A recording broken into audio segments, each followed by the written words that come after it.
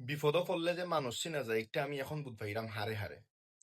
বিনা স্বার্থে যে সময় তুমি মানুষের খাওয়াইবাই ফিন্দাইবাই ঘুরবাই তারে লইয়া তার বিপদের সময় গিয়া জাফিয়া পড়বাই, ও সময় তোমার মাইনসা মনে রাখবো। হ্যালো এভরিওয়ান, আসসালামু আলাইকুম। ইসমি আহমেদ ইমন ফ্রম সিলেট। আপনারা অনেকেই জানেন যে আমি বিগত রমজানও আমি বাইক অ্যাক্সিডেন্ট করি খুবই মর্মান্তিক ভাবে। বাইক অ্যাক্সিডেন্টে আমার আড্ডি ফাটি যায় ফাওয়ার, এবং তার পাশাপাশি অনেকটা জায়গা জখম হয়ে যায়, এখানে আমাদের সিলাই দেওয়া লাগছে। বর্তমানে আমি 1 মাস হয়ে গেছে বেড রেস্ট আছি, আরো 1.5 মাস 2 মাস থাকা লাগতে পারে, কোনো নিশ্চয়তা নাই। তো আমার অনেক হাসর বন্ধু বান্ধব আত্মীয় স্বজনে আমার খুব বেশি উপকার করছেন, তারা ঋণ আমি ফুজ করতে পারতাম না।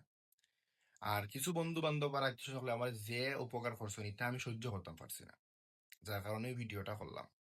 তো আপনারা লাগে মেসেজ হইলো কি, আমি তো এক্সিডেন্ট করে লিছি, আপনারা এটা হইয়া লাভ নাই, কারণ আপনারাও সেম অডিয়েন্স যারা আছেন। তো আমি তো বিনোদন দেই, আমি বিনোদন প্রেমী মানুষ, ভিডিও করি।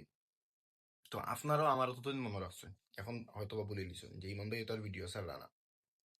তো আমি আপনারা এরকম মানুষের লগে চলতে হইলে এখন তাকে বুঝা চলেন জানো, জানি না চলেন জানো, হার পিছনে আপনি দৌড়িটা, এখানে আপনি বুঝেন জানো। আমি এখন হারে হারে বুঝতে গেলাম, আমি ইমন এখন বেড রেস্ট হইয়া বুঝতে, আমি এখন বিপদ করি আমি বুঝতে। আজকে আমার খোঁজ খবর নেওয়ার মতো মানুষ নাই। যেই মনের ফোন করতে যদি মেসেজ আইতো 20টা 25টা হইবে তুই কোনানো আসস, আত্মীয় স্বজনে বাবা কিতা করে ভালো আসুন, ওই মনের মেসেজ দিনকে দিন এখন ফেলাই দেখে মেসেজ কেউ দেয় না। তার কারণ হইল গিয়া সঠিক মানুষ চিনতাম পারছি না।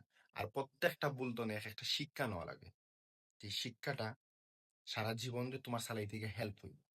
আর ইনশাল্লাহ এই অ্যাক্সিডেন্ট আর এই বিপদও করিয়া আমি এমন একটা শিক্ষা পাইছি, যে শিক্ষা দিয়ে ইনশাল্লাহ আমার আগামী জীবন, ও যদি আল্লাহ আমারে হুকুম করেন যে তুই ভালো ইয়া আটতে পারবে চলতে পারবে, এটা যদি আল্লাহ প্রদত্ত ইয়া থাকে, তাইলে ইনশাল্লাহ এই শিক্ষাটায় আমার সামনের জীবন রে চালাইতে গিয়ে আলো আলোকিত হইব।